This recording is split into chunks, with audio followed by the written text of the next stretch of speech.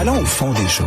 Ah, ça, c'est très intéressant. C'était donc mauvais, c'était donc épouvantable. Qu'est-ce que tu fais là? Moi, juste pour être le trouble-fête, là. C'est une petite danse complexe pour dire Nick Payne. Mais en même temps, on dit il y a des limites à ne pas franchir. Bonjour, Nick Payne. Bonjour, vous deux. Bonjour. Hey, bonnes vacances.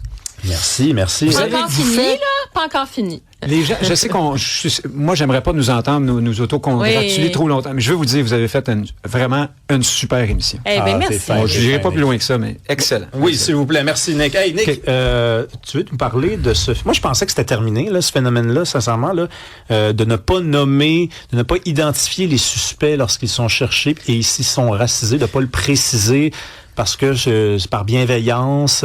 Par exemple, mettons qu'on cherche quelqu'un qui a commis tel crime. C'est vrai qu'il fut un temps où on tournait un peu autour du pot. Toi, tu t'estimes que ça n'a pas changé? Nous, les commentateurs, là, souvent, on a l'impression que parce que ça fait 6 mois, 1 an ou 2 ou 3 qu'on parle d'un phénomène, qu'on a fini par régler la question puis que les choses changent. C'est pas le cas. Il y a aujourd'hui encore des politiques éditoriales dans plusieurs médias qui tiennent la laisse très serrée là-dessus, qui précisent qu'il faut pas aborder la question des origines ethniques ou culturelles d'un suspect ou d'un prévenu ou de quelqu'un qu'on recherche si c'est pas, entre guillemets, pertinent. Mais toute la question est là. Le Conseil de presse a blâmé des médias pour avoir fait cette précision-là à certaines occasions. Au Royaume-Uni, il y a eu toutes sortes d'affaires et ailleurs, là, aux Pays-Bas aussi, mais je pense au Royaume-Uni, l'histoire des grooming gangs pakistanais, on ne voulait pas dire que c'était des Pakistanais qui, dans ce cas-là, établissaient des réseaux. Là, pendant des années, on ne parlait pas de ça par peur de faire finalement de l'ombre à ce multiculturalisme anglais, en disant finalement que c'était un échec, quelque part, et de ne pas alimenter le racisme. Oui, ça. Alors et au Québec cet été, il y a eu plusieurs affaires qui nous ont permis de voir que cette approche-là continue. Tout récemment, je prends un seul exemple, les 2 policières tabassées là, en pleine rue à Montréal, c'est quand même une nouvelle importante. Ça n'a apparu dans les médias que pendant quelques heures, certains médias ont dit 2 policiers ont été agressés par 4 individus. Bon, en fait, c'était 2 policières qui étaient agressées par 4 personnes dont les noms sont à consonance arabe. Je le dis parce que... C'est pas le problème alors? Ben, à mon sens, c'est pertinent de le dire. Parce que leurs noms sont là. Ah ben, il y a un seul média qui les a nommés. Hein? Tous les autres n'ont pas nommé et ont volontairement passé outre. Et moi, je me dis, et tout récemment encore, là, il y a l'histoire de cet homme dans la région de Gatineau qui a frappé une femme très fort. C'est filmé. Elle tombe sur le dos. Moi, j'ai entendu ça dans les médias, à la radio.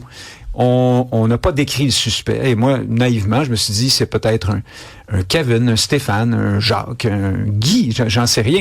Et j'ai été stupéfait de voir que non, en fait, c'est un monsieur qui criait en arabe et qui a une apparence assez... Alors, moi, si je suis policier ou si je vis dans un quartier où j'apprends qu'un homme frappe des femmes et qu'il court, qu'on l'a pas trouvé, j'aimerais savoir à quoi il ressemble.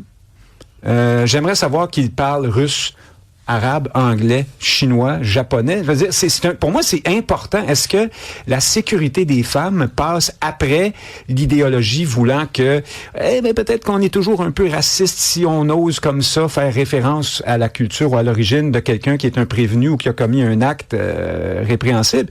Je pose la question. Et à mon sens, dans le cas des 2 policières, par exemple, ça aurait été pertinent de le dire davantage parce que on voit se multiplier ces actes de défiance, notamment de jeunes de certaines communautés à l'endroit de femmes dans la police. Ont-ils une difficulté avec les femmes en position d'autorité? Est-ce que c'est culturel? Dans tous les cas, si l'idée ici, c'est de protéger les femmes, je pense que c'est important de décrire toute la situation quand on a une situation à décrire. Et je pense qu'au Québec, on est encore...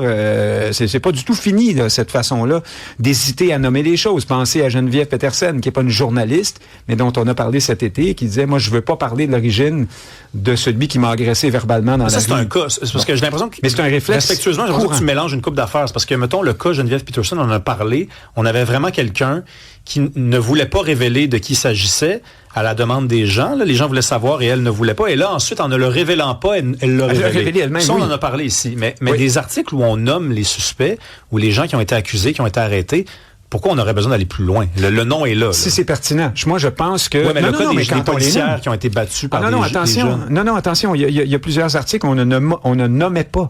Mais tu penses qu'on aurait nommé les gens si c'était Kevin, mettons? Je sais pas, mais en tout cas, on aurait donné des détails. On veut savoir qui ils sont, d'où est-ce qu'ils sortent, est-ce qu'il y en a d'autres, est-ce qu'ils sont... C'est important, je pense, de le dire. Et dans ce cas-ci, pour moi, ça aurait été important de le dire parce que ça s'inscrit... C'est pas un événement ponctuel qui arrive de nulle part. Ça s'inscrit dans une série d'événements. Cet homme qui frappe une femme tout récemment, là, qu'on recherche encore à l'heure actuelle. Moi, je pense que c'est important de nommer ces choses-là, même si on a peur d'avoir l'air raciste ou je ne sais quoi. Je pense que ça compte. Mais il faut que ce soit pertinent. Oui, mais non, c'est ça. Évidemment. Tu sais, évidemment, là, c'est pas de généraliser. C'est-à-dire que, évidemment, des Québécois, francophones, blancs, on va pas hésiter à dire, par exemple, si on parle de masculinité toxique, ça, on va en parler à fond. On va dire, vous regardez dans la violence conjugale, ces éléments-là, on peut en parler, puis ça, il y a comme pas de tabou. Ce que j'entends, en fait, de ce que tu me dis, puis ça, c'est un vrai sujet. Tu sais, on a souvent parlé de la question de la diversité. La diversité est une richesse. C'est devenu un mantra. La diversité est une richesse. La diversité est une richesse. Donc, tu ne peux parler que, par exemple, d'immigration de façon positive. En bien, oui. En bien. Ça, tu peux en parler, puis tu vas dire ça, c'est une richesse. Mais s'il y a des éléments qui sont négatifs. Encore là, ce n'est pas de généraliser, là, je veux dire, mais c'est de dire s'il y a des composantes, par exemple, culturelles, même si c'est une minorité, mais tu sais, des fois, c'est dompté. On a tous, même nous, tu sais, j'allais dire, tout le monde, culturellement, au Québec, on a des points, de certaines choses. On parle souvent de notre passé, tu sais, de comment on a vécu à travers le passé, notre rapport même à l'émancipation, notre rapport au monde, notre rapport à l'argent, notre côté judéo-chrétien. Tu sais, on est capable de dire ça fait partie de nos caractéristiques très culturelles. Puis, on vit avec tout ça. Faut pas qu'on généralise, mais il y a ça. Il y a des choses qu'on a travaillé aussi. Tu sais, même dans le rapport égalité homme-femme, on a travaillé ça. Notre rapport à la laïcité aussi, on a travaillé ça au fil des siècles, tu sais, au fil des années, au fil des décennies. Il y a des choses qui se sont perfectionnées. Mais c'est comme si là, l'angle mort, si on ne peut pas parler de ces éléments-là.